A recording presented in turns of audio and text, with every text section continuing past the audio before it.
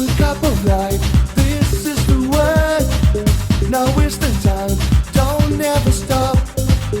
We should have known. Gotta be strong. We should have known.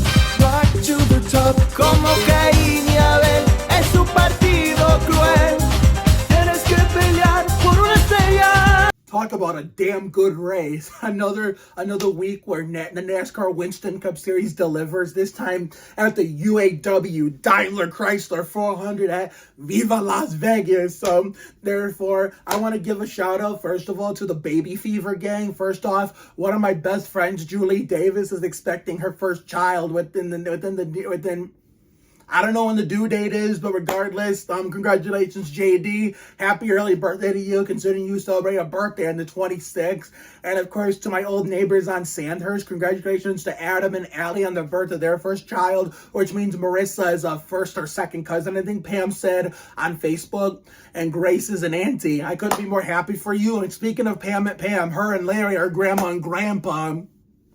Man, all my friends left and right, past, present, old and new, are having babies. Even my sister is having another child. By the time me and Rachel get that far, as long as we stay together and make it to that level with marriage and kids, by the time we get to that level many years from now, all these people's kids, whether it be my old friends, my old neighbors, my sister, whoever, all their kids by then are going to be 15. Well, not exactly, but you know what I mean. They'll all be grown up by the time it's mine and Rachel's turn to have a baby. But also, happy Michael Waltrip 15th birthday to one of my best friends, Jack Andrus. And I forgot to acknowledge it in today's postings. Happiest of birthdays to the music instructor, Carrie Rutushin, who comes to ViaQuest, my job, the second Tuesday of every month. So next week we'll probably be seeing after we conclude season 3 of Winter Wonderland. But the last shout out I want to give before we go over the races, hopefully the Rogersons and the Swords, Fireball Man, Jerry Springer Man, Richard Dawson Lady, and poor Debbie, who has not earned her nickname yet, but I'm sure it'll all change sooner than later. I hope you guys had a safe trip into Vegas and a wonderful time, and that you have a safe trip back, and I look forward to seeing you guys in the happiest place in Northeast Ohio tomorrow after school and work when it's 69 to 70 degrees out there. I already took care of my mini chores. That way I don't have to do it tomorrow. The only thing I'll have to do on my way out is take the cans out to the curb, and then after this reaction video and I put put this together and upload it, I'm going to go shave again. That way everything will already be taken care of by tomorrow. Well, the only thing we'll have to do besides take the cans out to the curb is park the bus back here in the trailer and go hit the showers to take a shower like Terry Labonte. Now, let's go over the race, shall we? So the UAW-DaimlerChrysler 400, it was Larson domination from start to finish, which the only one that really put up a fight to challenge him for the victory was that 45 car, Tyler Reddick. I mean, he got really frustrated and angry in his interview, and rightfully so, considering with 2 laps to go, he was right on his ass. And then Larson just turned out to be better than him, and went out to a good, comfortable margin after they took that white flag. So I'm sure Reddick will get another win soon. And I was going crazy. They were approaching the lap car Bubba Wallace, where I thought we were going to get some team ordered bullshit from Michael Jordan, if he was even at the track today, or that imposter and Brett Bodine's number. I thought whoever was at the track, well, Denny obviously was in his car, but if whoever that was in charge of this team order bullshit for any team, for in this case 2311, I thought whoever was in charge of that on the radio was going to tell Bubba to hold up the 5 to let Reddick win, but that would have been good teamwork. But as Boyer said on the broadcast, that would have been a really dirty move, and I'm glad Bubba didn't do it. And imagine if he did. All the Bubba detractors of social media would be coming after him down his throat, saying the racist and the haters in general would be out in full force. But I'm glad it didn't have to come to that. But Larson had the best car all day, and shout out to my boy Austin Dillon for having a really hell of a kick-ass car. He didn't have it in the beginning, but I think it was late in that first stage and beyond, his car ended up waking the fuck up, and he was just as high as 6th or 7th, and he had a top 10 car after stage 1, and I thought for sure he and Noah were both going to get top 10s. Kudos to my man Noah for getting a 6th place finish, but Austin's car fell off at the very end and he ended up in 16th. But I'm not even upset because just like when his brother almost won the Pepsi Firecracker 400 at Daytona as a rookie in 2017 and finished 16th, just like with Ty back then, this 16th place finish by Austin today in the UAW-DaimlerChrysler 400 doesn't even feel like 16. I hope it can give him a lot of momentum for next weekend's Subway Fresh Fit 500, which keep in mind you will not be seeing a reaction video to that or any of the races at Phoenix this coming weekend because we're going to be recording our, 3-day feature as Winter Wonderland Season 3 finale all in one video, Friday, Saturday, and Sunday. So be on the lookout for that. There's a lot of things, important things I'm going to address at the end of that video next Sunday night. So therefore, I can see why a lot of NASCAR YouTubers who are bigger, who are cover this stuff more than I do. We're looking forward to this track after getting the 2 plate races out of the way. Real racing, I can see where they're coming from, even though, to me, I enjoyed Atlanta last week and the week before. I ended up loving Daytona despite the meh finish. But yeah, I can understand where you're coming from because a super speedway, Daytona, Talladega, now Atlanta, like Disco Inferno 70 said, you could pick a name, you could put all those names in a blender and pick a name out of a hat and anybody could win, even if it's a back marker that normally doesn't run up front each and every week at a non-plate track. So therefore, I guess what they meant by that, today was the first true test of who's going to be the real front runners competing for wins week in and week out, and we'll be fighting for the championship when it's time to talk about that, considering it's too early in the season to discuss it. So we still have, the first quarter of the season to see who's going to be fighting for the championship when we get to the middle part of the season and to the summer months. So therefore, an absolute clinic put on by Larson today.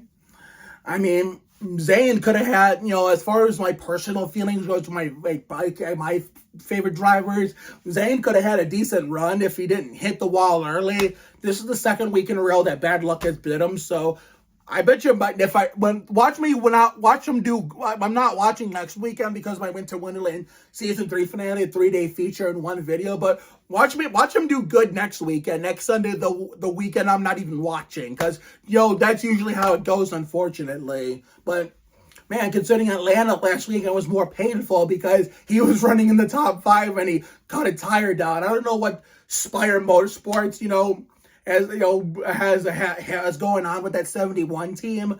I love that they're a better team now. I wish that would have been the case when Ty was there last year, but it seems like they're putting more of their eggs in the Corey LaJoie basket more than the Zane Smith basket. And as a Zane fan, that worries me as far as Rookie of the Year chances goes. But we'll just have to wait and see if he can turn it around and see if Corey will get a win this year, even though personally I prefer Randy over Corey, considering, nostalgia purposes. I'm an older NASCAR fan that grew up with the 2001 through 2003 era, so that's just me. But I know there were some people on Facebook saying it was a snooze fest. Not to me. It was not a snooze fest to me. We saw green flag pit stops, not once but twice. We saw, who's going to be the best all day long in the pits and see who's going to, there's a lot of strategy involved with the name of the game. So therefore, there's push notifications. Okay, it's nothing exciting. There was push notifications on my phone distracting me. Well, yeah, we saw green flag pit stops twice to see who was going to be the best teams on pit road. And we saw a lot of penalties. Uncontrolled tire. We saw speeding.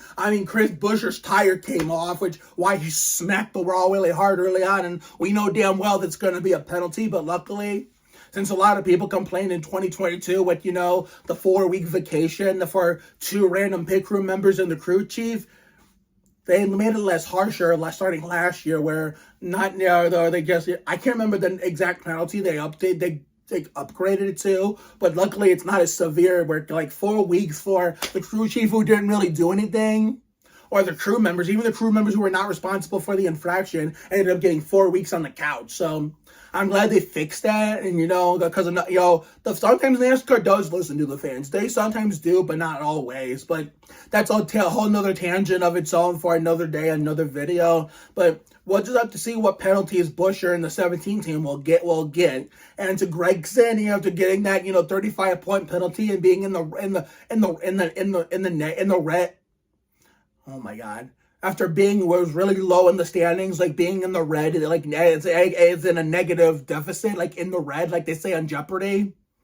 what a comeback today. I'm pretty sure this skyrocketed him a lot higher in the points. We'll just have to look and see. But I don't know how Ryan Priest did after the penalty, but no, my boy Noah was in the red and in the negatives, in the red. He was like in the red with the negative score. So it's a good rebound for him. Hopefully, him and Austin have a lot of momentum going into the Subway Fresh Fit 500 at Phoenix while we're recording our 3-day feature Winter Wonderland Season 3 finale. I don't know what's going to happen next week, that video next week, besides wishing Marco a happy Michael Waltrip 15th birthday, along with telling Winter to get the fuck out of here. But tomorrow, we got a preseason episode of Spring is in the Air. It's going to be 69 to 70 degrees here in the happiest place in Northeast Ohio. I already took care of the garbage. I'm going to take care of shaving after this goes up. And then all we have to do tomorrow when we go out, we can just go, is take the garbage cans out to the curb. We can just go,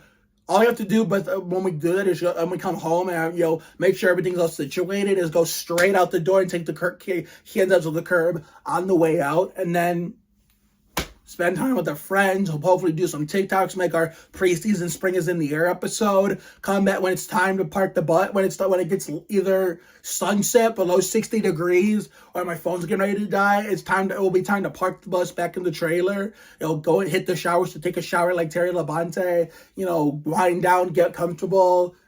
Probably shave again to go blend in with the shower. Drink some ice cold Coke. Have a very refreshing dinner.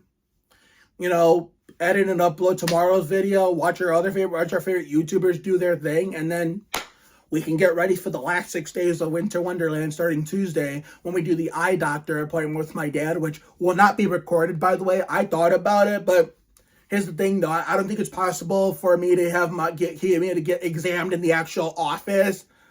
And even if it was, it's I don't even know if we're allowed to have phones. We all have phones, but I don't know if we're allowed to record in there. And even if we were, or whether we are or not, guess what? I don't even think I need.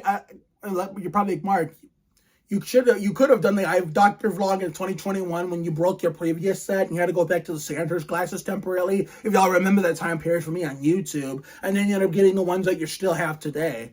But if you thought about recording that one but couldn't, why aren't you doing this one? Well, that was 2021. It's just 3 years later, 2024. A lot can change. Even mindset between a 3-year time period. Because guess what? I really don't think I have to. We're just going to spend it casually. I know it's going to be 69 degrees on Tuesday, but the temperature is it's only going to do that early midday afternoon. It's going to go down from there as the day progresses and we get out of work. And then by the time it's time to go get the eyeglasses, it's going to be below 60 degrees. It's going to rain a little bit. So therefore, what doesn't matter regardless. We're not going to be able to do another preseason episode. We were supposed to do a two-day feature today and tomorrow, where it looked like it was going to be 64 to 65 degrees today, but it dropped down to 61, 62, so we made the right choice to watch the UAW-DaimlerChrysler Funny at Las Vegas today instead of, going outside and skipping it because it was not all that nice. But tomorrow's going to be a lot better, and we're going to have the remaining final 6 days, Tuesday through Sunday. So until next time, this is Mark Oliveira signing off. It ended up being a good-ass race, and not a single soul could ruin it today, whether it be in this house or over on the track at Vegas. It just sucks that the Swords and Rogersons, Steve, Debbie, Katie, and Justin left the day of the race, and they probably weren't able to get a photo of the 3 hauler for me or any of the NASCAR stuff that was going on down there. It just wasn't meant to be, but it was also a coincidence. They happened to go down there for a mini vacation the weekend NASCAR was in town. So coincidence? I think not. So have a good night tonight and a better day tomorrow. Take care, everyone. Good night. I will see you all tomorrow for the Spring is in the Air preseason video after we got out of work and see our friends in the happiest place in Northeast Ohio for a little preseason Spring is in the Air season 3 action. So see you later, everyone.